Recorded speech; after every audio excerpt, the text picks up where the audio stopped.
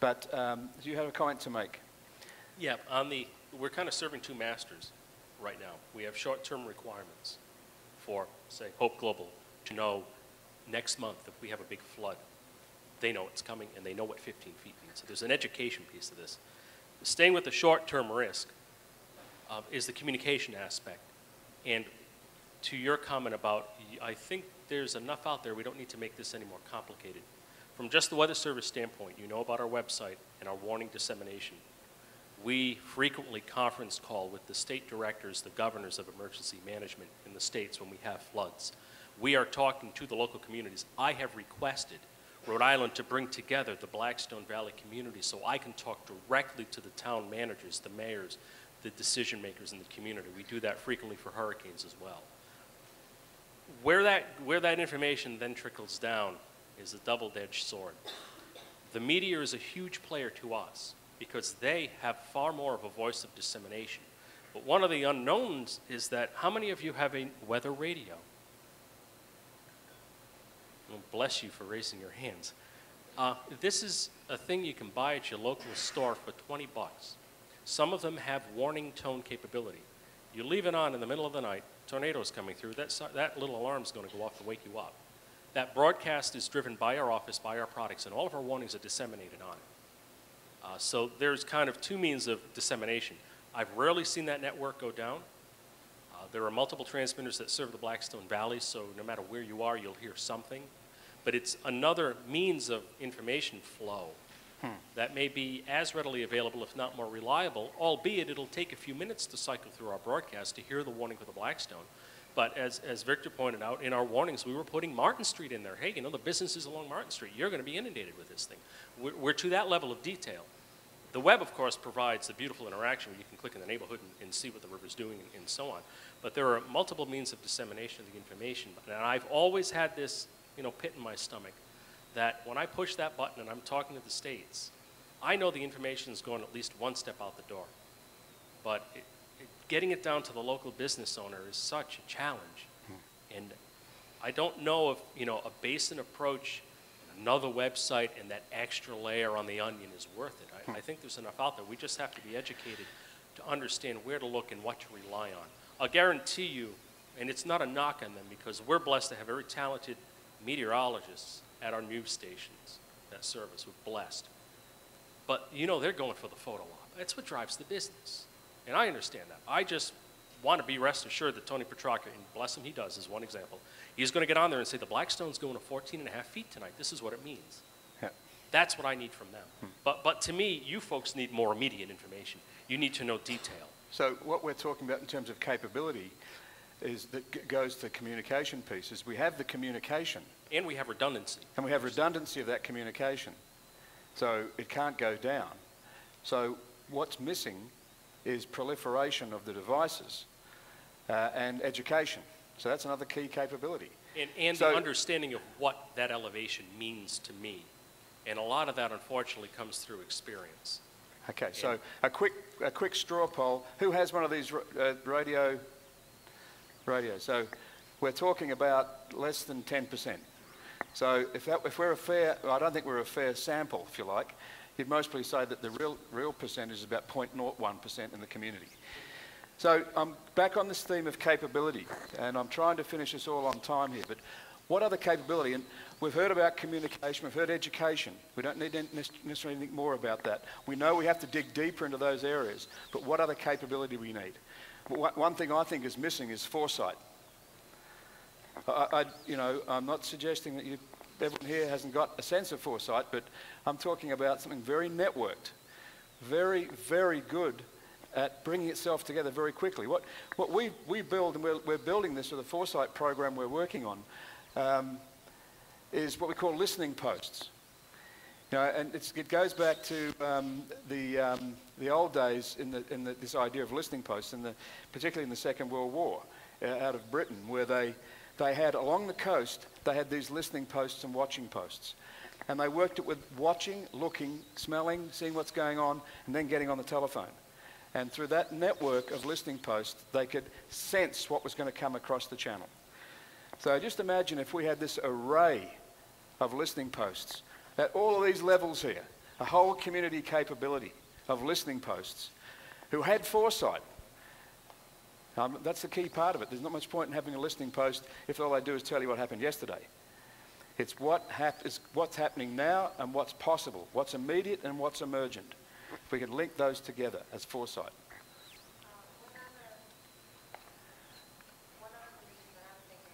Future river maintenance. For what I've been hearing since October is that there's a lot that has been caused by debris. I don't know what's being done to maintain that in the river. Do we need that? So that's something I Maintenance of the river. Well, as someone said to me, we most probably maintain the highways better than we do the river. I don't know how accurate that is, but... Sorry, Larry, that's what destroyed the docks at Central Falls Landing. Larry. It was not the water. It was not... it was the debris. It was the debris. It was just popped from the bottom up, so... Just look at what's laying along the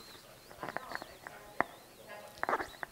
There's probably something to that, but I can tell you I worked in Lowell for 10 years, developing a national park there, and we had to learn how the old-timers maintained the river when they operated dams and had their water power systems.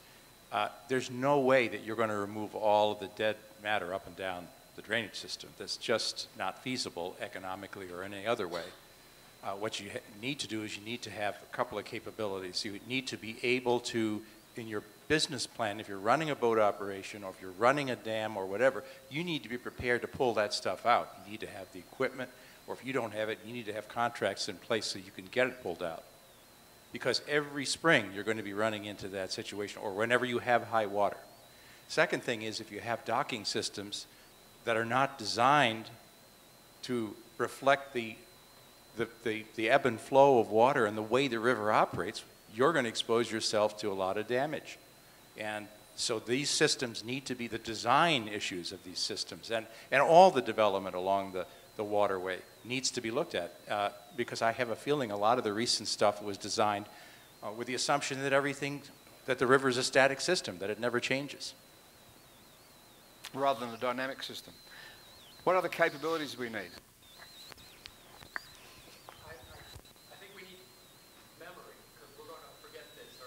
Like a lesson learned database. One thing that sticks in my mind, you go past over a bridge and they have a sign that 35 flood was here. That brings it home to people so that they'll put two and two together.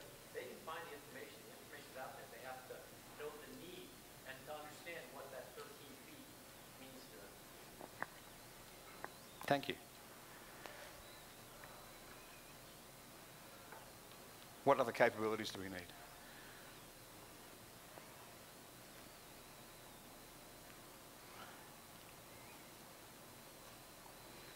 What are the fundamentals? What are the fundamentals that you'd have in a system? How to make it work? Donna. Thank you. Thinking of the web and you know, all of the systems that we have or can create, that requires somebody to take the initiative to find out.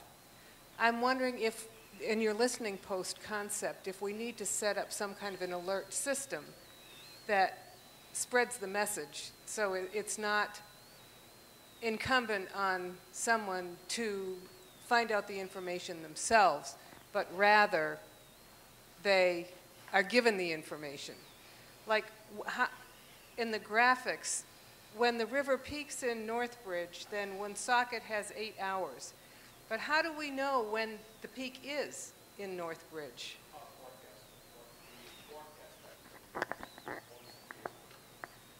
the case of this flood, we were putting flood warnings out Friday night, Saturday morning.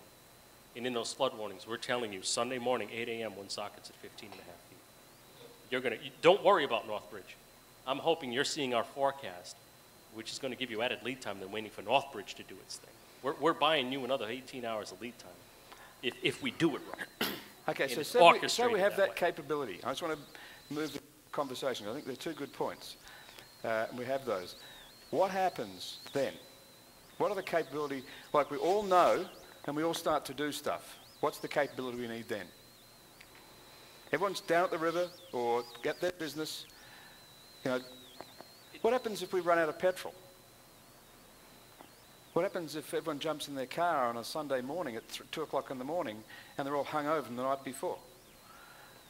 Excuse me, a common Australian occurrence, condition there. So. But you know, then what I'm trying to do is push you guys away from the things that you know. I'm trying to get to the social situation. You know, particularly the point that Virginia rose and the capability point of view. You know, before that, I mean, I do strongly suggest you read some of the material on Katrina. There's some very good books, and there's some very hard-edged books of very angry people. Particularly the poor African-American communities and the disenfranchised there. Very angry. Because they had all the buses to take everyone out of town, except they drove them out of town without people on them. And they left some of them there to flood. So, I mean, what was going on there? What was the social issue that was going on there? So, like, if we got all the people to go down, to get it prepared, get my businesses all sorted out, what happens then? And what about those people that choose not to, never buy a radio to be told? Who sit there until the place, they come down on the next morning, oh, where's the coffee? And there's the water at the level, and they can't get out of the house, they sit on the roof. What happens then? Someone else. Sorry, I'm going to go to someone else.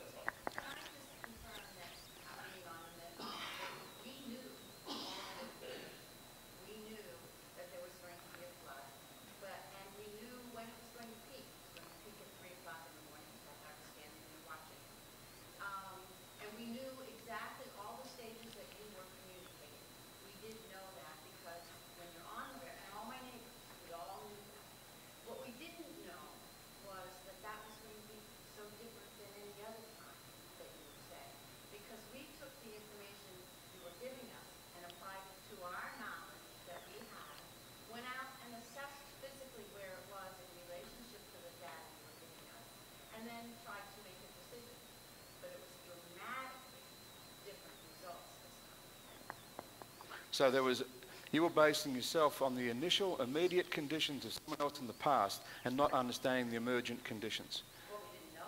We were told there was going to be flood conditions. We believed it was off the river. It's very, very, very, very low. We heard the same message when it was very, very, very, very high.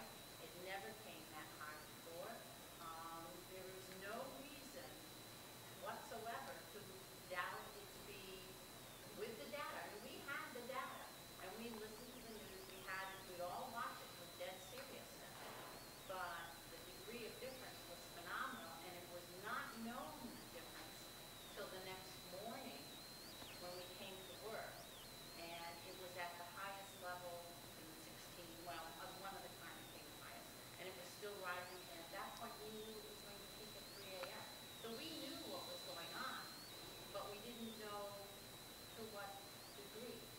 I mean, And to be honest with you, neither did we.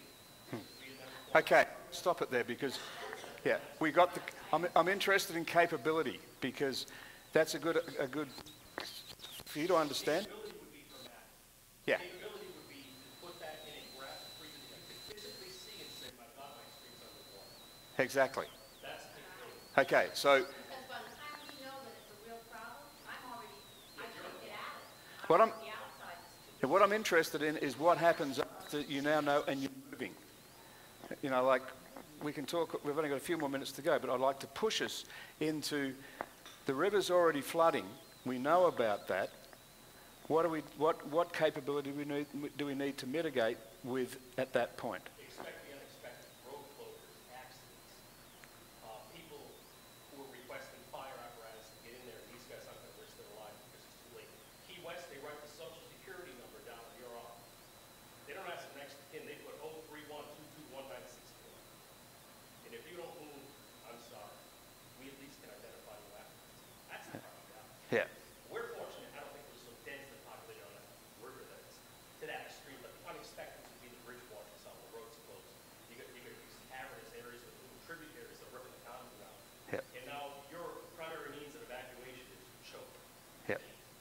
Let's say the worst case, well, had the trucks lined up, and the river takes that cavern out. Now they can't get out of the parking lot. Yeah.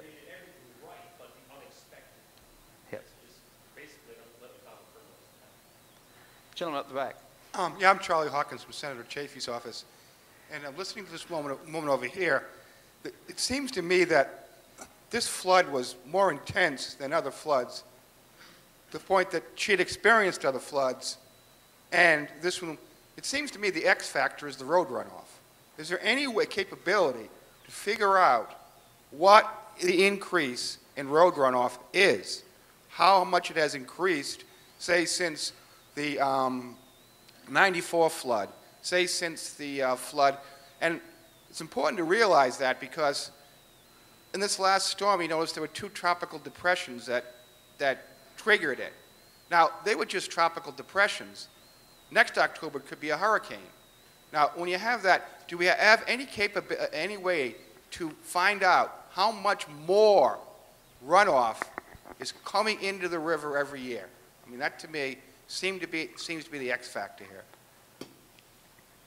Very good. Thank you very much. One last capability. Just to sort of go back to what you were talking about, what do you have all this on the rivers? I think it's important beforehand to work with your neighboring communities on your disaster response plans, on how you're going to evacuate people, so the neighboring towns know, okay, we're sending everyone on this road, and I think to coordinate your efforts so when you are in a case of emergency, everyone knows what you're supposed to be doing. And when you come to town borders, there isn't like a log jam or what have you. So I think doing the preparedness beforehand is important. Can I ask one other capability here, fundamental capability, before I come to yourself, is do we have the capability called dynamic design? Do we have enough people in our key areas that can think dynamically? Now that might be like, well, what the hell does that mean? I'm talking about, you know, when you watch a good football team play, or a good basketball team play when they're not playing a standard play. Like if you take basketball, for instance, you know, you have your set plays in basketball. Everyone knows how to do a set play based on a certain set of conditions. But when the opposition reads the conditions, reads the play, they mitigate that play. So what they have to then do is go for no set plays. And that's when you see a team operate dynamically.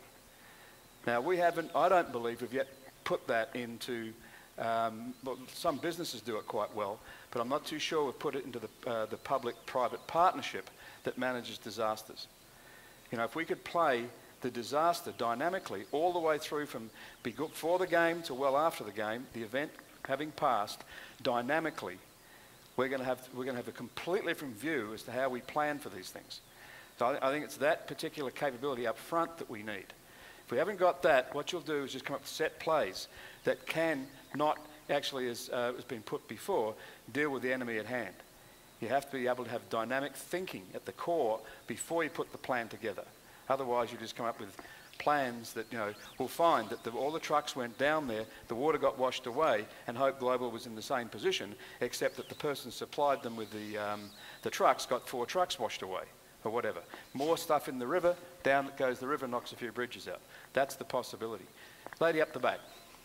You stole a bit of my thunder, but I think one of the core capabilities that we have is a room full of multiple people who have understandings from different perspectives. We've got the Weather Service over here who has an invaluable amount of information, state emergency management and local emergency managers that are sitting in this room. On the other side, you have businesses who are telling you what their needs are, but that they don't understand some of the things that we have. Our basic capability is the ability to bring some of these folks together to really look at what are the businesses missing, what tools do they need to help that information be effective to them. It doesn't matter how much data you have if you don't have a way to understand what that data is. The other thing that we're really looking at a lot is communication. We're also looking at impact when this disaster happens. We really need to talk a lot about mitigation measures and what we should be doing 6 months, 5 months, 4 months out, because it doesn't matter when the storm is here. It matters a lot more what we're doing a long time before the storm gets here to make sure that we can protect our businesses and our communities when the disaster happens. It's more than just communication. It's about understanding. It's about education, not just to the businesses in this room that might be affected, but the businesses that are their neighbors. You as businesses know how to reach out to other businesses. That's